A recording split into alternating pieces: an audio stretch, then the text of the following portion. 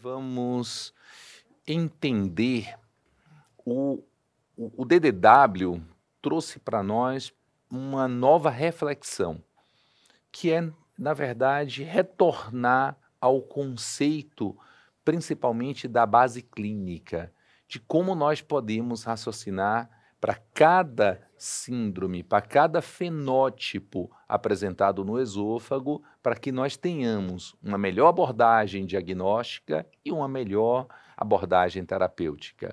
Começou por uma aula extraordinária do professor Cifre, onde ele colocou que nem toda pirose é doença do refluxo.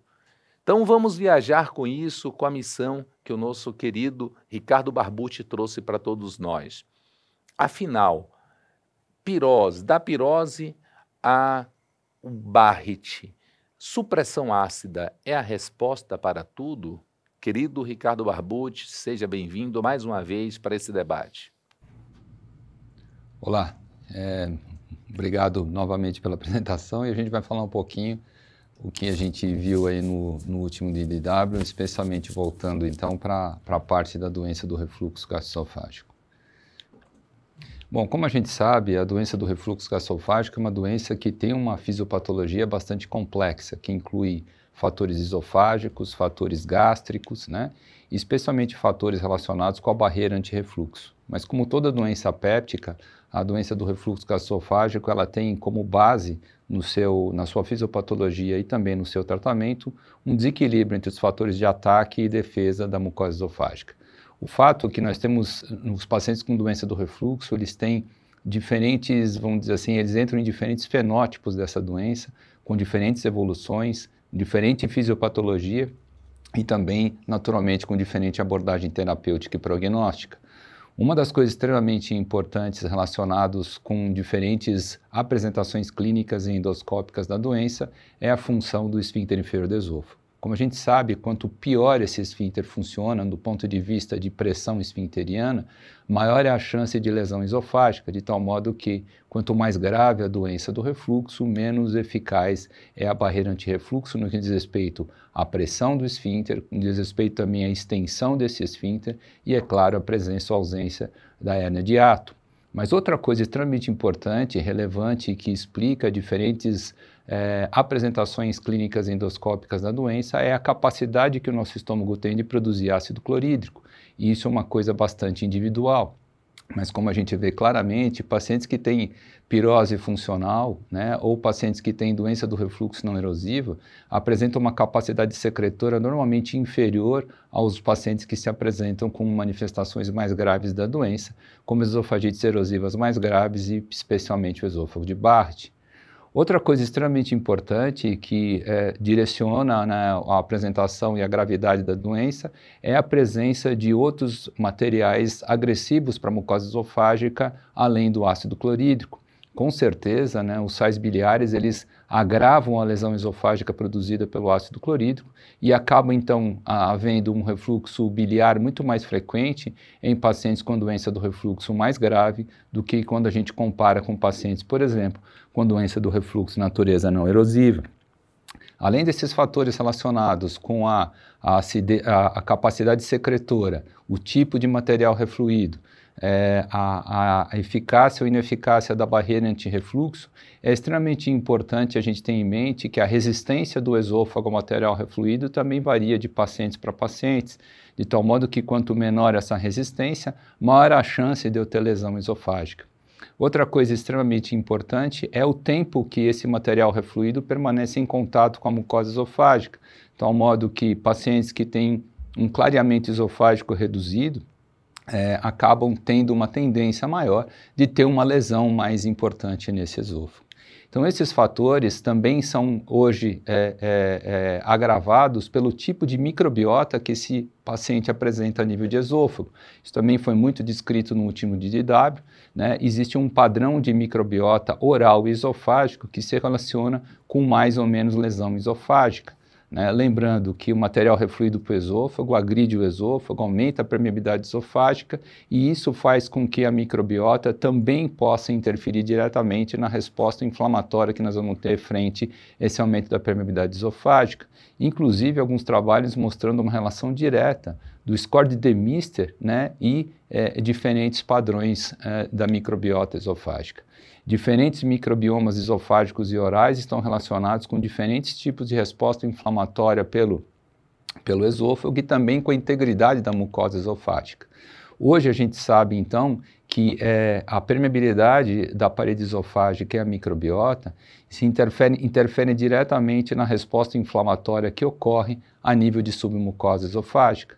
Comparando pacientes com e sem doença do refluxo, a gente vê claramente que existe uma diferença bastante grande de presença de células dendríticas, por exemplo, que se reduzem em pacientes que têm doença do refluxo, e também presença de células de linfócitos e, novamente, aqui os granulócitos, com destaque especialmente aqui para os mastócitos, como produtores de citocinas e substâncias que acabam interferindo na integridade da mucosa esofágica e também participando diretamente da sensibilidade esofágica, especialmente com fibras nervosas aferentes vagais, mas também extravagais, especialmente relacionadas com receptores específicos como os TRPV1 e TRPA1.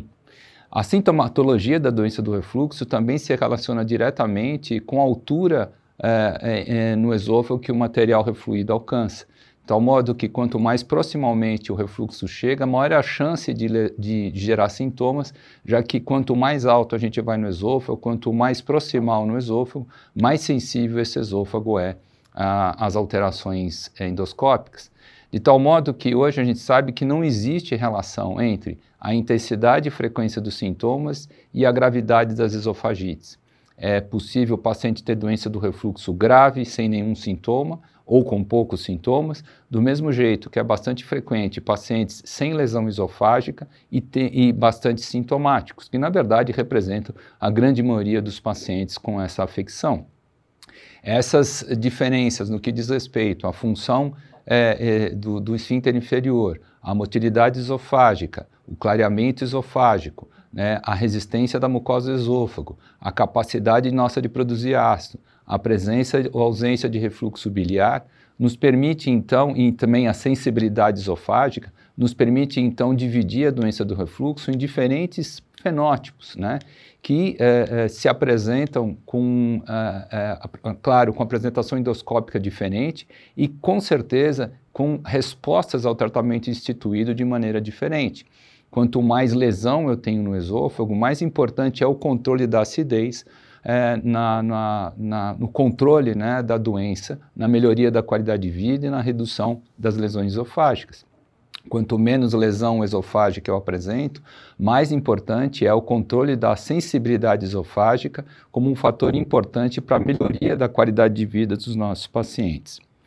Isso se traduz também por um diagnóstico adequado. Às vezes a gente acha que a gente trata o nosso paciente, ele não melhora, porque o remédio não é bom, ou porque o remédio não foi dado de forma correta, ou o paciente não usou o medicamento de forma adequada. Todos esses são fatores que explicam refratariedade aos sintomas. Mas uma coisa extremamente importante, que a principal causa de refratariedade ao tratamento, e isso vale para a doença do refluxo, como qualquer para outra afecção, é erro diagnóstico. Então, se eu não faço o diagnóstico adequado, eu vou tratar de forma inadequada e, consequentemente, a chance do meu paciente melhorar também é menor. Se falou muito sobre a importância dos sintomas típicos do refluxo no diagnóstico assertivo dessa afecção. E como a gente sabe, se a gente se basear simplesmente em pirose e regurgitação para fazer o diagnóstico da doença do refluxo, a gente vai ter uma acurácia bastante reduzida, né, que não passa de 50%. Portanto, um paciente, por mais típicos que os sintomas sejam, não necessariamente ele tem doença do refluxo gastroesofágico.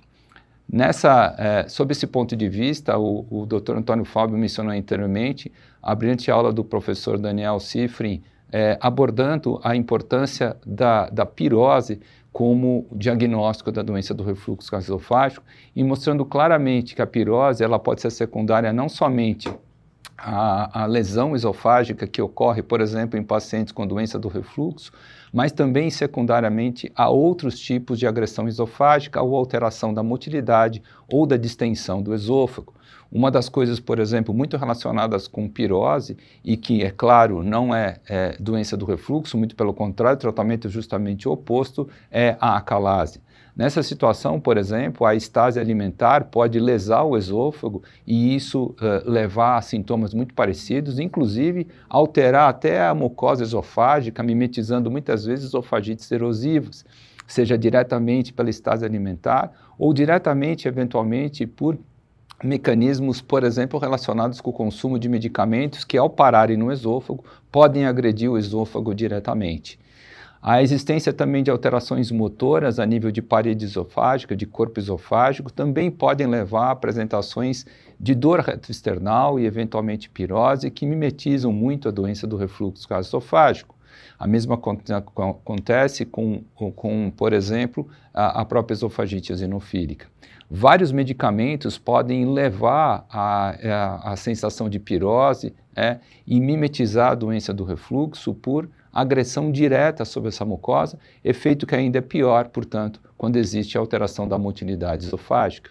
Portanto, quando existe pirose, não necessariamente o paciente tem doença do refluxo, muito pelo contrário.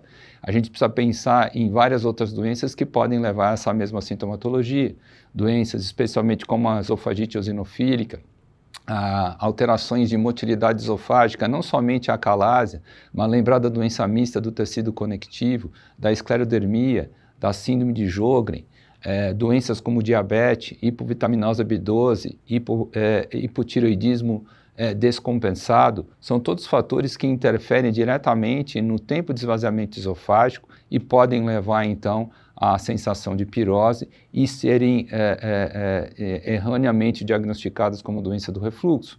Um exemplo que a gente dá é a experiência do nosso grupo cirúrgico de esôfago lá no Hospital das Clínicas, que mostra que pacientes com acalásia são tratados como doença do refluxo, em média, por 2 anos, até que o diagnóstico de certeza seja estabelecido.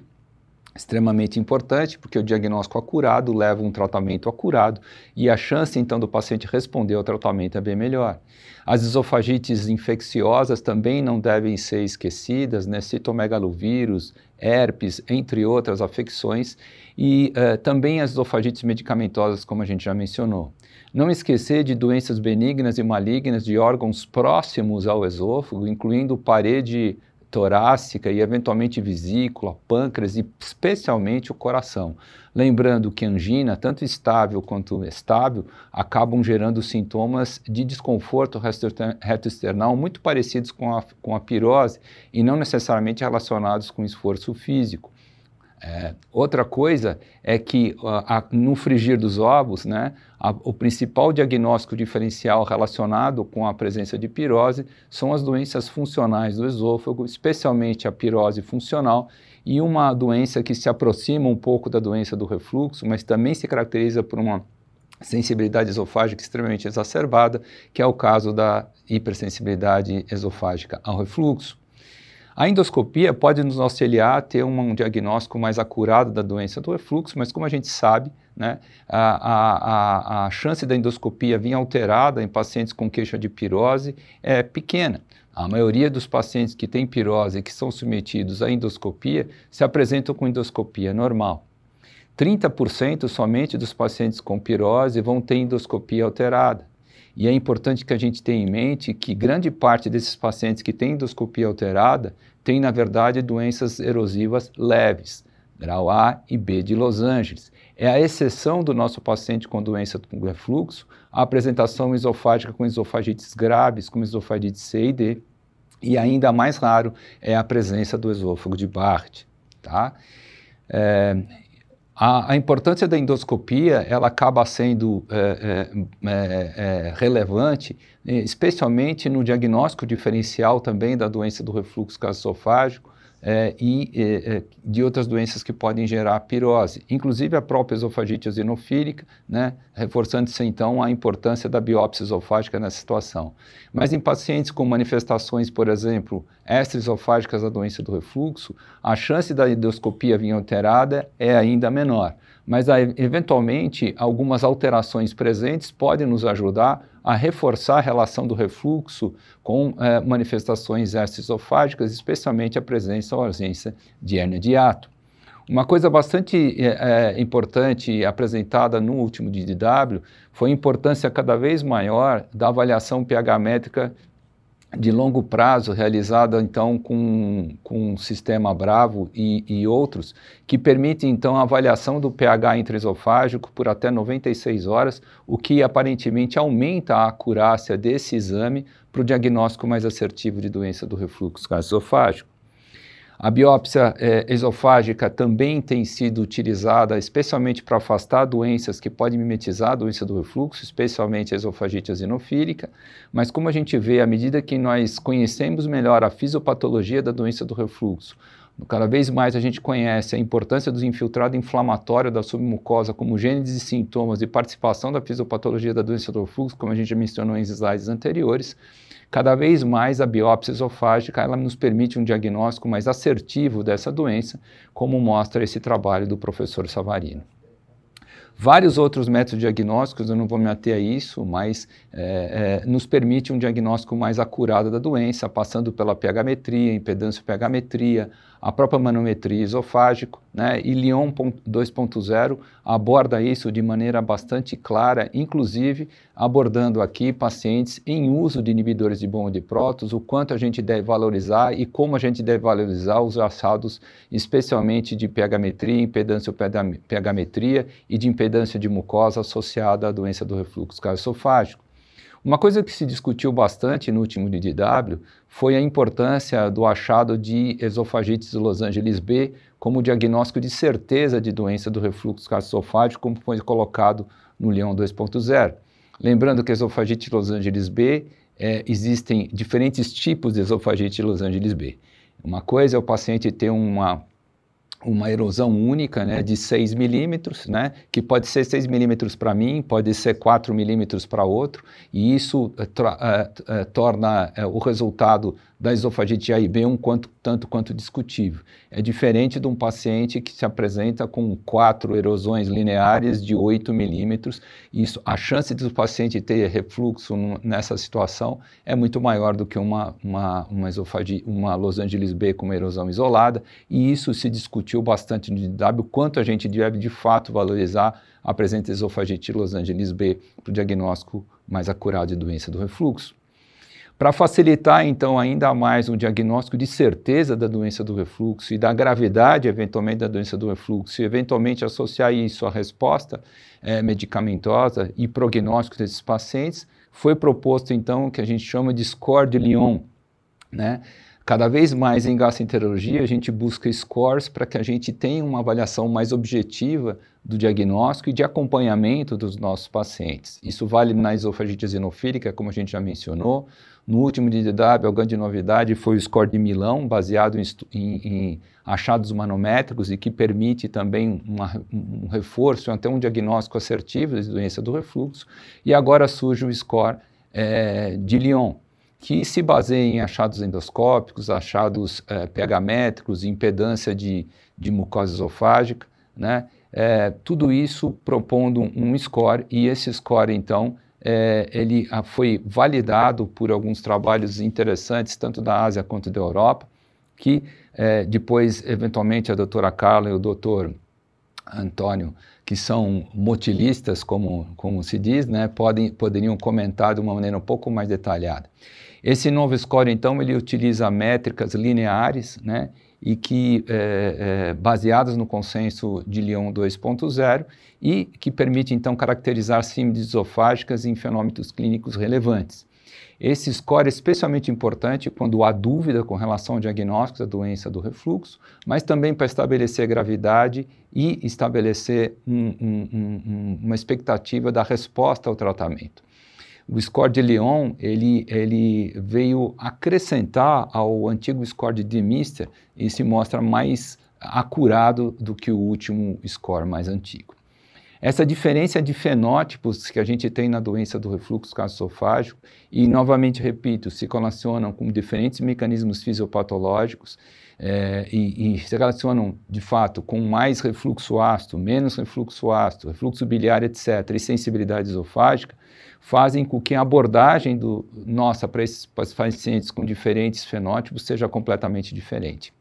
Portanto, pacientes que têm doença do refluxo e não têm esofagite, ou seja, pacientes que têm doença do refluxo não erosiva, são pacientes que apresentam-se com menor produção de ácido, têm menos hernia de hiato, têm menos refluxo biliar, têm menos tempo de contato do material refluído com o esôfago, têm mais resistência esofágica e, portanto, são pacientes que precisam de menos inibição ácida para que a gente controle os seus sintomas, né? Importante a gente mencionar, então, que quanto mais lesão esofágica eu tenho, maior é a necessidade de inibição ácida e maior é o tempo de tratamento necessário para que a gente atinja os nossos objetivos clínicos. Como a gente sabe, a grande maioria dos nossos pacientes com doença do refluxo gastroesofágico são justamente os pacientes que se apresentam com doença do refluxo não erosiva ou pacientes que se apresentam com esofagites erosivas leves. Lembrar do trabalho do Savarino que a gente mencionou anteriormente, 70% dos pacientes com pirose têm endoscopia normal e desses pacientes com endoscopia normal, 50% vai ter doença do refluxo não erosivo e os outros 50% vão ter ou hipersensibilidade ao refluxo ou então pirose funcional, que são ainda doenças que necessitam de menos ou nenhuma inibição ácida para que a gente tenha o nosso paciente melhorado. Tá? É raro a necessidade que nós temos de inibição ácida mais intensa e por mais tempo, porque pacientes com esofagites graves ou pacientes com esôfago de Barrett, repito, representam a exceção dos pacientes com doença do refluxo gastroesofágico. Isso foi reforçado no último DDW, nessa apresentação do professor Lo, de Harvard, que mostrou claramente que a abordagem dos pacientes com doença do refluxo, na grande maioria das vezes, por se apresentarem com manifestações leves da doença, a gente deve começar num esquema step-up, que podem passar simplesmente pelo uso, por exemplo, de antiácidos, alginatos e bloqueadores H2, com os problemas relacionados com o uso crônico desses medicamentos, sua potência, eventualmente taquifilaxia associados ao H2, tornando então os inibidores de bomba de prótons, né, a indicação primária para se tratar a grande maioria dos pacientes que têm doença do refluxo gastroesofágico. Quando comparados com medicamentos mais potentes, como por exemplo os PCABs, né, esse trabalho do DDW mostrou claramente que o uso de inibidores de bomba de prótons é muito mais custo-efetivo nos Estados Unidos do que se usar PCABs. Eu costumo dar o exemplo da baratinha passando na mesa. Eu tenho que matar a barata, ela está em cima da minha mesa, eu posso matá-la com um tapinha ou posso matar com uma marreta de 5 quilos. O efeito sobre a barata é o mesmo, mas o efeito sobre a mesa é bastante diferente. Então, na grande maioria dos nossos pacientes, não há necessidade de inibição ácida para que a gente possa, é importante para que a gente possa tratá-los. Esse é um statement publicado recentemente do AGA, mostrando quais são as indicações formais para o uso, por exemplo, de antissecretores mais potentes como os PCABs. E isso se restringe ao tratamento do Helicobacter pylori, especialmente quando se usa amoxicilina e claritromicina e eventualmente quinolonas. Já com os outros antibióticos, isso é um tanto quanto variável, mas por eles, no tratamento do Helicobacter pylori, os PCABs teriam sentido de serem utilizados. Nas esofagites mais graves, especialmente na indução da cicatrização, também existe um ganho com maior inibição ácida, como a gente já mencionou nos estados anteriores. Mas nas doenças do refluxo mais branda, nas outras doenças associadas à inibição ácida, como por exemplo a própria dispepsia funcional e eventualmente até na prevenção de sangramentos associados ao uso de anti-inflamatórios, né, a gente ainda tem os inibidores de bomba de prótons como as melhores opções para serem utilizados. Uma coisa importante para a gente mencionar é que a doença do refluxo é uma doença de caráter crônico, né? O mau funcionamento da válvula, que é a base da fisiopatologia, é uma coisa perene, contínua, e que a gente não consegue resolver nem com tratamento clínico, nem com tratamento cirúrgico. Embora o tratamento cirúrgico resolva isso, ele resolve por um tempo limitado. Uma coisa importante é que nem sempre há necessidade de uso crônico de antissecretores para que a gente conduza os nossos pacientes com doença do refluxo. A grande maioria das vezes são pacientes com doença do refluxo não erosiva ou erosiva leve, que não necessariamente necessitam de uso contínuo de inibidores de bomba de prótons. Isso é claro que quanto mais prolongado o uso de qualquer tipo de antissecretor e quanto mais potente é essa secreção, maior é a chance de efeito adverso. E, portanto, o que a gente tem, o que a literatura tem buscado é tentar um jeito de diminuir, né, a inibição ácida intensa e diminuir o tempo de inibição ácida na condução dos nossos pacientes. Esse é um trabalho do grupo do professor Ian Tak, lá em Leuven, na Bélgica, em que se estudou a desprescrição de inibidores de bomba de prótons em pacientes que têm doença do refluxo gastroesofágico. E o que se mostrou é que, de fato, isso é possível a gente limitar o uso desses inibidores, já que a gente tem, na maioria das vezes, doença do refluxo mais leve, né? Essa descontinuação ela foi bem sucedida e um dos fatores limitantes para se conseguir isso é o nível de gastrina, como vocês podem ver. Quanto maior a hipergastrinemia secundária ao uso de antissecretores, mais difícil é a gente retirar o antissecretor dos nossos pacientes. E quando a gente compara os níveis de gastrina sérica que a gente tem com inibidores de bomba de prótons e PCABs, a diferença é brutal, né? Os PCABs levam um aumento de gastrina bem superior àqueles que a gente tem quando a gente usa inibidores de bomba de prótons. Além do problema da dificuldade da hipergastrinemia levar a uma hiperplasia de células ECL e, portanto, aumentar a estamina e dificultar, então, a diminuição da capacidade de secreção, porque eu já tenho células hiperplasiadas produzindo mais insulina, mais estamina, quanto mais gastrina, né? Isso também pode levar aos fenômenos de rebote ácido, especialmente em pacientes que não são infectados por Helicobacter pylori. Esse trabalho também apresentado num grupo coreano mostra diferentes tipos de abordagem de tratamento de manutenção em pacientes com doença do refluxo gastroesofágico, passando pela terapia de demanda e a terapia intermitente, especialmente, dependendo do tipo de fenótipo que o paciente apresenta. Quando não há lesão esofágica, a terapia de demanda é uma opção interessante, e quando há lesão esofágica, a terapia intermitente, ela nos permite, então, usar o inibidor de bomba de prótons, cicatrizar esse esôfago, retirar o inibidor de bomba de prótons e depois retomar o tratamento, eventualmente, quando houver necessidade disso ocorrer. Uma vantagem aditiva para o uso de inibidores de bomba de prótons na condução de pacientes com doença do refluxo são justamente nos pacientes com esôfago de Barth. Seria dispensar em que haveria aqui uma necessidade de inibição ácida mais importante, e há de fato, porque normalmente aqui há mais hérnia de hiato, há mais inflamação, normalmente mais hipotensão, mais sais biliares, e portanto o tratamento cirúrgico aqui ele acaba tendo algumas vantagens em relação ao tratamento clínico. Entretanto, esse trabalho publicado no último DDW mostra que o uso concomitante de inibidores de bomba de prótons associado à cirurgia parece ser bastante importante na diminuição do risco de displasia no Barth, né? O que se tem é que quanto melhor a gente controla o refluxo, quanto menor a inflamação do esôfago, menor seria a chance de displasia. Isso foi visto em alguns trabalhos anteriores. Acontece que a cirurgia não garante um efeito que os inibidores de bomba de prótons têm, que é justamente esse efeito antidisplásico. Nesse trabalho se mostrou que a funduplicatura mais o inibidor de bomba de prótons não supera os efeitos antidisplásicos que se tem com o uso de inibidores de bomba de prótons isoladamente em pacientes com esôfago de Barth. E esse efeito antidisplasico associado ao uso de inibidores de bomba de prótons, ele acontece por vários mecanismos que vêm sendo observados desde lá do início dos anos 2000. Como os senhores veem, são mecanismos bastante interessantes que mostram que é possível, sim, haver um efeito anti-inflamatório, antidisplasico dos inibidores de bomba de prótons, o que faz, então, com que haja uma recomendação, até pelo consenso americano de esôfago de Barth, da manutenção dos inibidores de bomba de prótons em dose plena, continuamente, mesmo em pacientes que foram submetidos à funduplicatura para se tratar esse grupo de pacientes.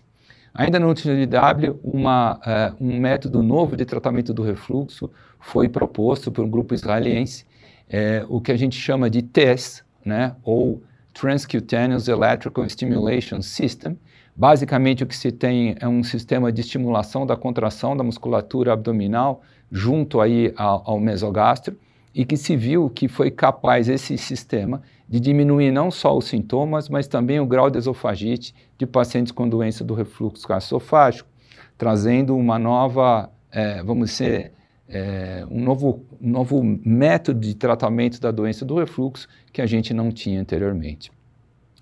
Foi reforçado também no último congresso as indicações para uso crônico de antissecretores, e no caso, os inibidores de bomba de prótons são os antissecretores de escolha para toda doença em que existe necessidade de inibição ácida contínua, graças especialmente ao seu perfil relacionado com a sua segurança. Situações como esofagites erosivas graves, EID, esôfago de Barth, esofagite eosinofílica, e especialmente também na prevenção de sangramento associado em pacientes usuários crônicos de AINE e AS, né? O uso de inibidores de bomba de prótons está diretamente indicado como o método de escolha para tratamento desses pacientes. O uso crônico de antissecretores se correlaciona com uma série de potencial efeitos colaterais relacionados com a falta de acidez ou com a hipergastrinemia, né?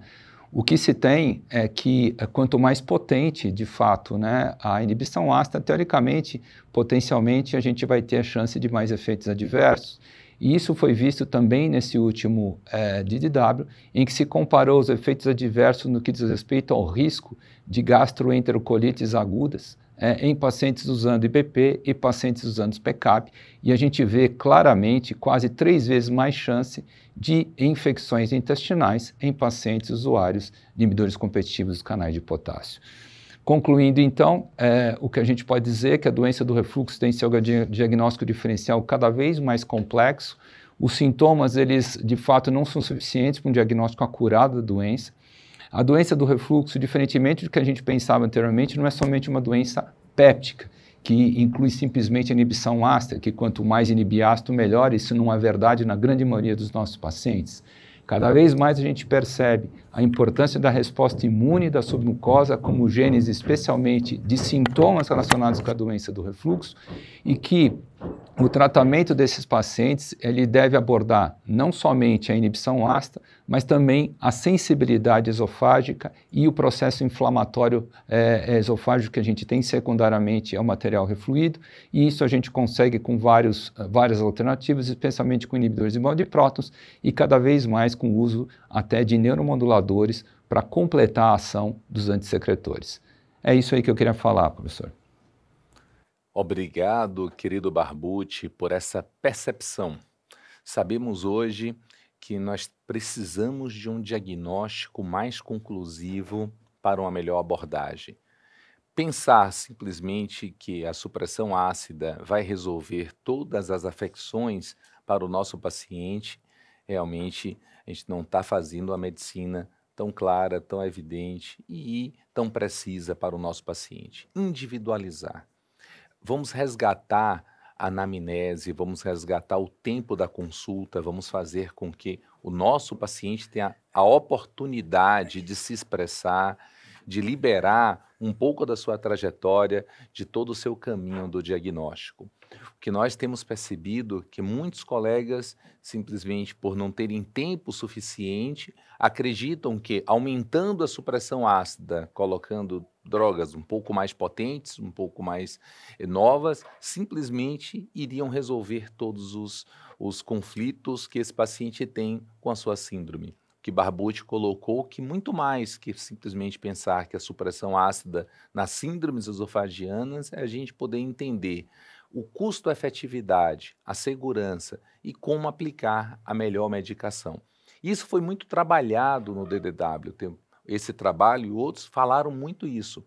Como nós podemos racionalizar, como nós podemos aplicar uma medida da farmacoeconomia para cada paciente.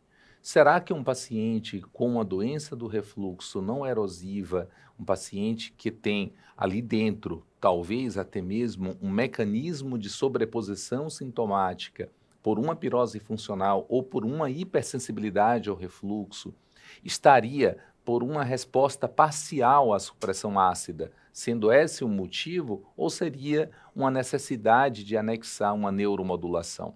Por isso, a gente convida todos vocês para retornarem ao estudo do que seria realmente a necessidade de supressão ácida para cada patologia e revisitar o conceito da refratariedade. Muitos dos pacientes que são ditos como refratários são aqueles pacientes que não tomam a medicação adequadamente, que que não são bem diagnosticados ou que têm uma sobreposição de síndromes que precisariam de uma atenção especial. Querido Barbucci, nós passamos aqui, nosso time que está lá em Recife pediu para que você expressasse a sua experiência para pacientes que têm candidíase pós-uso de corticoterapia para esofagite eosinofílica. O que você tem feito na prática, como você tem investigado, como você tem tratado esses pacientes que têm candidíase orofaríngea? Bom, primeiro depende muito da gravidade da candidíase. Se é só relacionada com a orofaringe, se está relacionado também com esofagite esofágica, ou se existe alguma síndrome, se existe algum outro medicamento além do que está sendo utilizado que possa explicar a candidíase, se existe alguma síndrome de imunossupressão associada a isso. Lembrando que pacientes com esofagite eosinofílica com razoável frequência se associam a outras doenças de caráter autoimune, né, e isso pode interferir diretamente na nossa capacidade imunológica.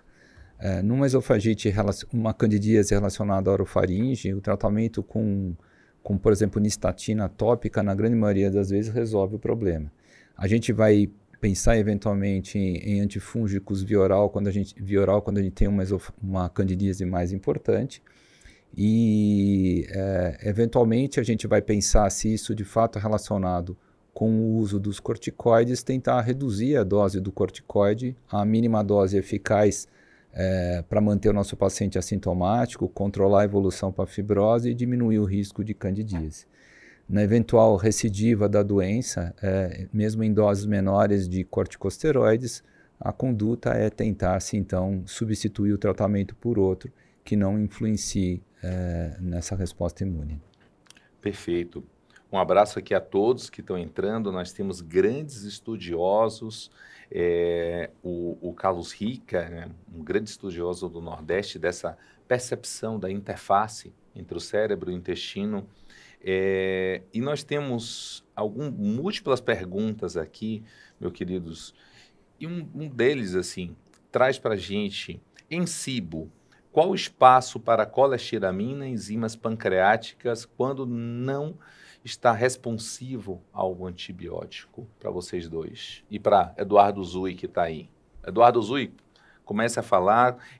O querido Carlos Rica trouxe para a gente. Qual é o espaço da colestiramina e enzimas pancreáticas para o paciente não responsivo ao uso dos antibióticos?